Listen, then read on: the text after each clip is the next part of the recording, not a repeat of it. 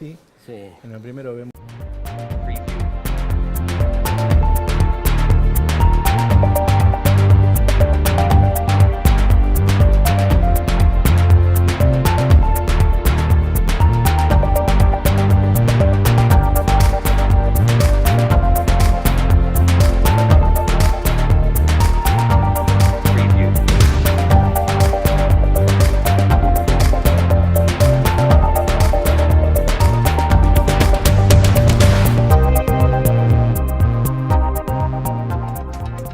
Muy buenas noches, bienvenidos a un nuevo programa de Interfase.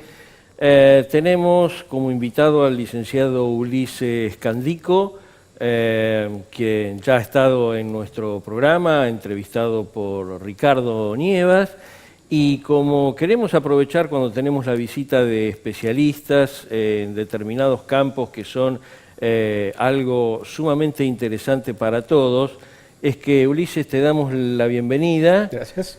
Y acerca de las nuevas tecnologías de la comunicación y de la información, palabras como Big Data y el tema de Facebook y Cambridge Analytica y demás, bueno, ¿qué hay detrás de todo eso? Pero no solo en el aspecto de lo que implica la disrupción tecnológica, sino hoy quiero abordar contigo el punto de vista de alguien que tiene que enseñar a nivel universitario esos temas.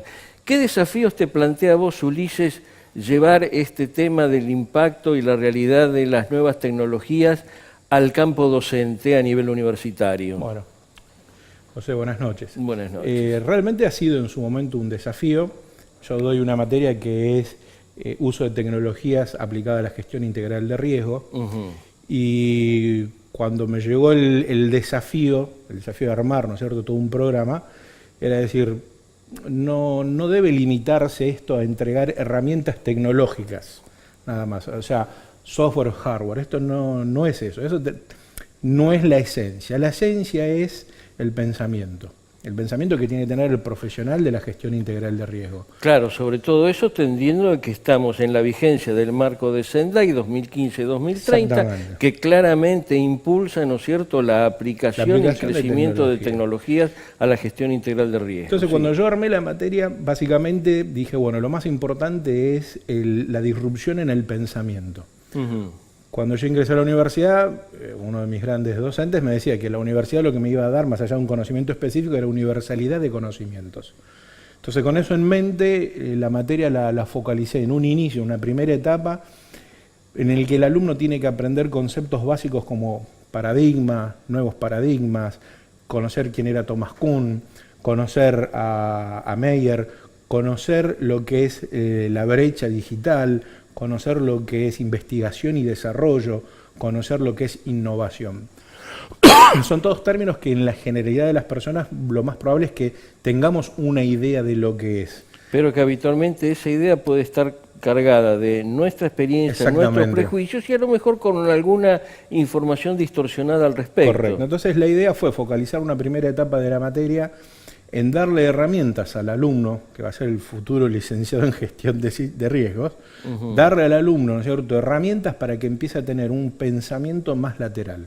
Claro. O sea, la verdadera disrupción tecnológica es la disrupción o es la capacidad del individuo en pensar y generar a partir de su pensamiento nuevas ideas o nuevos usos a viejas tecnologías. ¿No es cierto? La tecnología, conversábamos con vos antes, da saltos enormes y gigantes, pero en muy corto lapso. En la década del 50 o del 60 uno podía ver a Dick Tracy o Viaje a las Estrellas, donde desde un reloj uno podía hablar por teléfono, podía hablar con alguien o con un aparatito comunicarse a la distancia. Y sí. 60, 70 años después aparecieron. Eso fue realidad, claro. Se hizo realidad. Pero hoy, lo que a nosotros nos presentan como ciencia ficción, no tarda 60 o 70 años en materializarse. Entonces, yo lo que digo es, si la materia se hubiera centralizado en el uso de la tecnología, sería una materia que prácticamente cada 2 o 3 años se tendría que renovar de contenidos. Obviamente. Y el contenido y el elemento que siempre está presente es el componente humano. Entonces, claro, dotemos a ese componente humano. En principio de conocimiento. Sí, vale la pena empezar por allí. Claro. Conviene empezar por allí.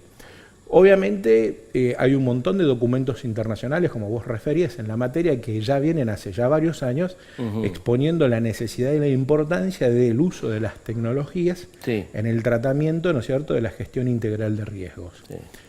Entonces el otro componente que utilizamos en la materia fue decir, bueno, vamos a dividir en aquellas tecnologías que yo puedo emplear para prevenir un desastre, aquellas tecnologías que yo voy a emplear durante la manifestación de ese desastre o de ese siniestro, y aquellas que voy a emplear durante lo que es la resiliencia o la recuperación posterior al desastre o a la manifestación del evento. Y hoy hay mucha demanda habitualmente acerca de las novedades en cuanto a las fases de la preparación y sobre todo de la respuesta.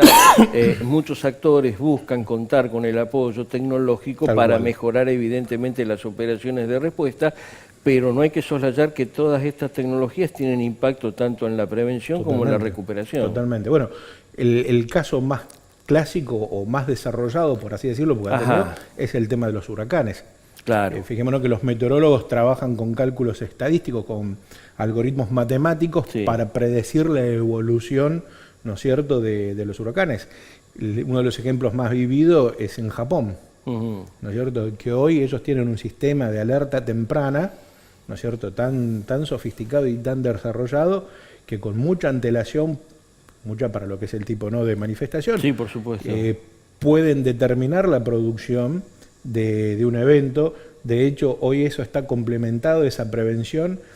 Una vez que se detecta o se activa la alerta, por ejemplo, el sistema de rieles de trenes de Japón, el Japanese Railway, automáticamente, no es que se apaga, sino que te lleva a la estación más próxima y te da las contenciones necesarias. Claro. Entonces, realmente es toda una tecnología aplicada 100% de lo que es la prevención. Los cálculos matemáticos hoy por hoy son los que más fuertemente trabajan en materia de prevención de la manifestación del desastre natural. Obviamente utilizan datos estadísticos, mientras mayor es el volumen de datos estadísticos, mayor es la probabilidad de asertividad que vos podés llegar a tener. Lo mismo sucede con el tema de tormentas. Casi todo lo que tiene que ver con desastres meteorológicos hoy es muy cuantificable, o sea, viene siendo cuantificable ese tiempo, y a partir de ahí se han podido desarrollar muchas plataformas, ¿no es cierto?, de prevención de siniestros.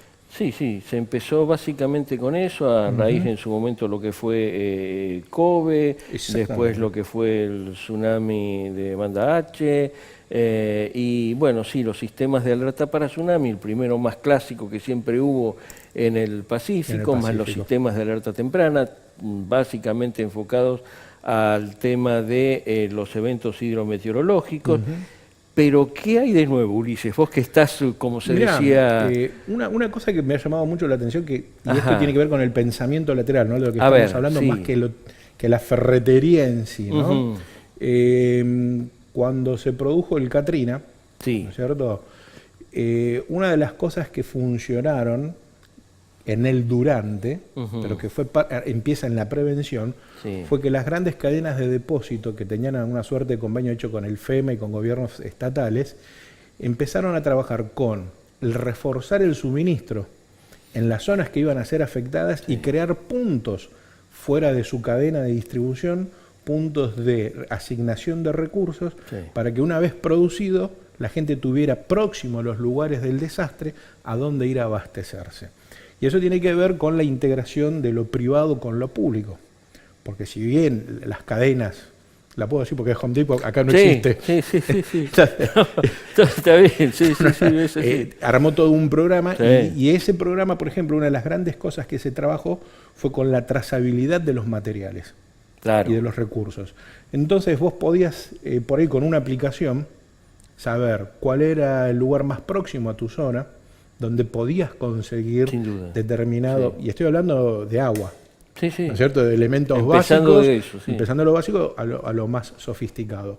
Obviamente que el uso de Internet de las cosas y el uso de los celulares ha traído un montón, ¿no es cierto?, de aplicaciones y usos tecnológicos, pero a la par, esa cantidad de cosas tiene que ver mucho con lo que es la brecha, ¿no es cierto?, de las tecnologías, la brecha social, donde no en todos lados vos tenés la disponibilidad de la tecnología. Ese es Entonces, un punto clave. Por ejemplo, Google sacó una plataforma que es Google Finder Persons, Ajá, que es cuando hay algún tipo de... Lo mismo sacó Facebook, sí, cuando hay alguna zona de catástrofes, claro. arman un entorno Sí, donde sí, uno sí. puede tratar de contactarse, de postear. Y realmente está muy bueno porque genera desesperación en los familiares que no saben Sí, por el supuesto. estado de situación de una persona. Google sacó en su momento el proyecto Loom Locos, ¿no es cierto? Que es a partir de globos aerostáticos en aquellos lugares donde no hay ni siquiera conexión de internet, llevar, porque por ahí el celular lo conseguís o la tablet, pero no tenés tenés la la conectividad. Claro. Entonces, yo creo que, y volvemos ahí, ¿no? La disrupción tecnológica verdaderamente nace y parte del pensamiento de las personas que están en esto, y no necesariamente del equipo tecnológico. Claro. Obviamente lo más destacable hoy por hoy que encontrás en el tema tecnológico tiene que ver con todo lo que es predicción y tratamiento en tiempo real. La predicción obviamente a los efectos de la prevención de la manifestación, y lo que es el tiempo real es durante el desarrollo del evento, el tratamiento de ese evento. ¿Y dónde sale el tiempo real? Y en la información. Claro. Lo que se necesita es información. Entonces de repente uno tiene un desastre y de repente vos tenés los perros de búsqueda y rescate. Los perros de búsqueda y rescate son lo mejor que hay, al igual que los perros detectores de explosivos y demás. Tienen un solo problema: no traen switch de prendido y apagado. O sea, operan durante un tiempo determinado y son fantásticos y son lo más eficiente que hay. Pero hoy, por ejemplo, vos tenés desde el uso de drones con cámaras térmicas para buscar, ¿no es cierto?, en derrumbes o en zonas de inundaciones, tratar de detectar. Se trabaja ya incluso con el concepto del enjambre, no de 2 o 3 drones, sino estamos hablando de varias centenas de drones desplegados. Una pavada, yo no sé si te acordás la familia esta que había desaparecido hace unos 6-7 años atrás de La Plata, camino a la costa, y estuvieron como 60 días que nadie los encontró. Ah, sí, que se los encontró. Pero después se lo terminan encontrando bajo una zona de árboles. O bueno, vos tenés en ese concepto. A metros de la ruta fue eso, sí. ¿No es cierto? Pero ahí tenés el error humano que es natural. Claro. ¿No es cierto? Pero vos cuando trabajás con componentes tecnológicos, lo que tratás de reducir es ese error natural, ¿no es cierto?, de riesgo, de probabilidad de hecho. Entonces, hoy tenés una infinidad de componentes tecnológicos. Hay mucha cuestión tecnológica que tiene que ver, fíjate vos, con el factor humano. En Australia están trabajando, por ejemplo, con un censo con personas de distintos tipos de discapacidades por zona de riesgo. Porque ¿quién se ocupa de la evacuación de esa persona? Y no tiene que ver por ahí con un pensamiento netamente de tecnología. Sino, o sea, podría ser un censo con un Excel o con un papel y lápiz. ¿No es cierto? Pero bueno, hay una mirada desde lo humano o desde la persona, que en definitiva es el bien a proteger, ¿no es cierto?, con una mirada de decir, bueno, integremos a aquellas personas que tienen problemas de movilidad o problemas de distinto índole que le impedirían proceder a una evacuación normal. Sería un plan de evacuación a nivel país.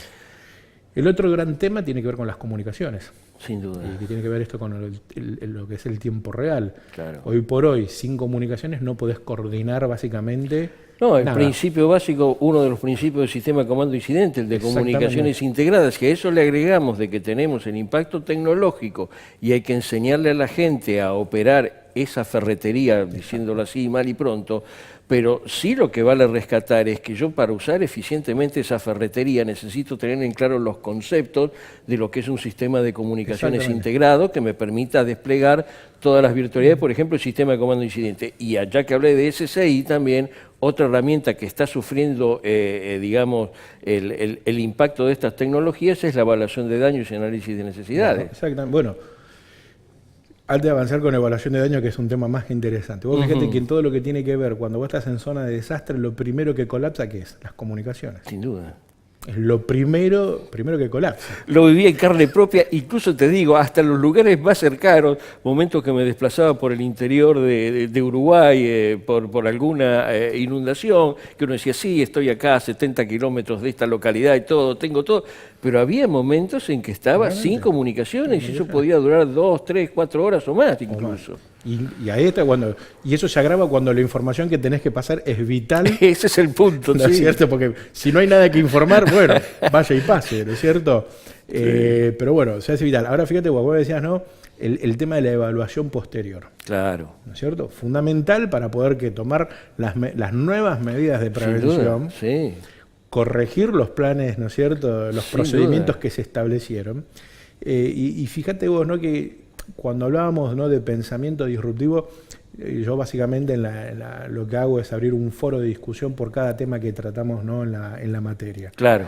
Por ahí a veces es un exceso, pero clase que hay, consecutivamente hay un foro, ¿no? Entonces en uno de los foros le pedía a mis alumnos que dijeran qué tecnología consideraban disruptiva. E innovadora, cuya finalidad no había sido la gestión integral de riesgos. Claro.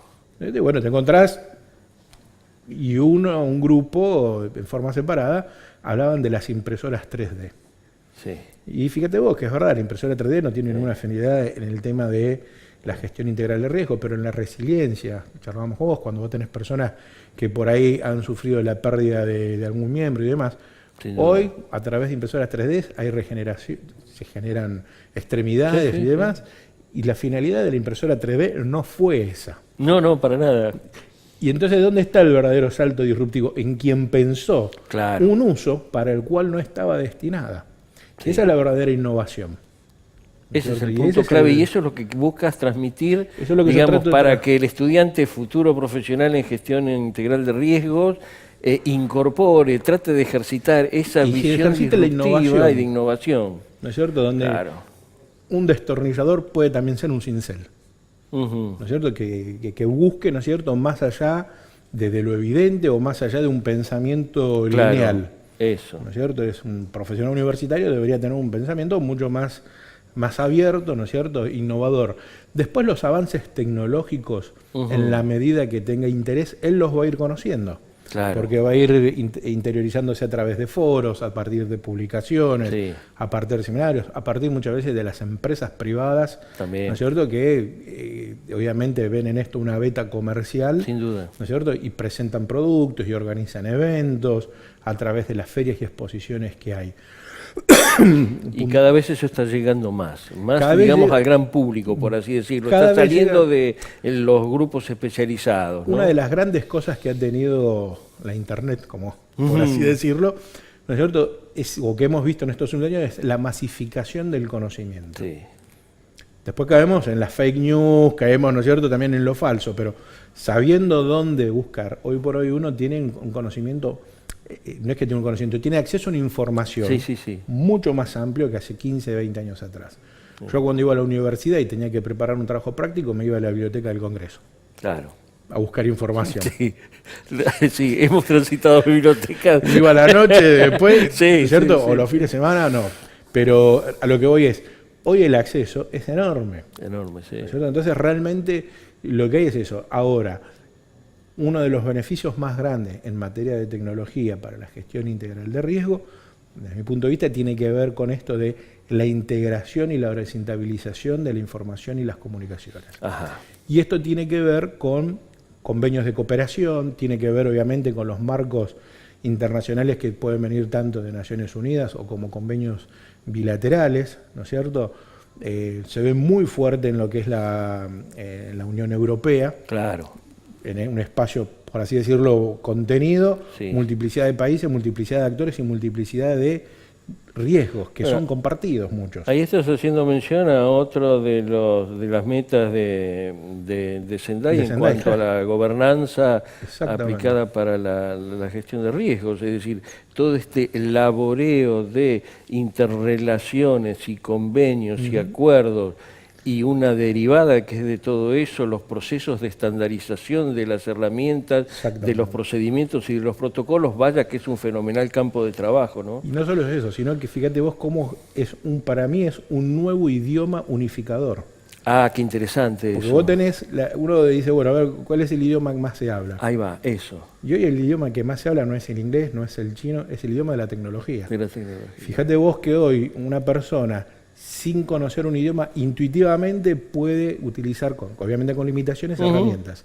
Y cada vez las herramientas son más intuitivas para que todos podamos integrar y utilizarla, incluso hasta por cuestiones generacionales. Entonces yo lo veo como el nuevo lenguaje universal. Ese nuevo lenguaje universal. Es una apreciación. Es más, digo, es un dato que te doy acá exclusivo. Bueno, muchísimas gracias. La verdad que. Pero para mí va a terminar siendo el nuevo lenguaje universal, que realmente va a ser el integrador, ¿no es cierto?, de la comunicación entre las personas. Claro. Y va a venir, una herramienta y que va a cambiar también, ¿no?, hasta las formas de pensar y una serie de... Yo creo que en realidad más que cambiar la forma de pensar, lo que va a hacer es que pensemos más menos linealmente. Menos linealmente, claro. ¿No es cierto? Nos va a obligar a pensar menos linealmente. Bueno, a nuestros seguidores del programa Interfase, lamentablemente nos tenemos que ir hoy, cerrar este programa con el licenciado y amigo Ulises Candico, con todo lo que nos ha dejado en este programa. La verdad que da ganas de hacer próximas ediciones contigo, ¿cómo no?, obviamente, y favorecer esta integración que vos aludías permanentemente durante la exposición de tu pensamiento en tal sentido. Bueno, estimados seguidores de Interfase, un gusto que hayan compartido este programa. Muchas gracias a Canal 22, a todo su equipo de operadores y de producción, y hasta el próximo programa de Interfase. Muy buenas noches.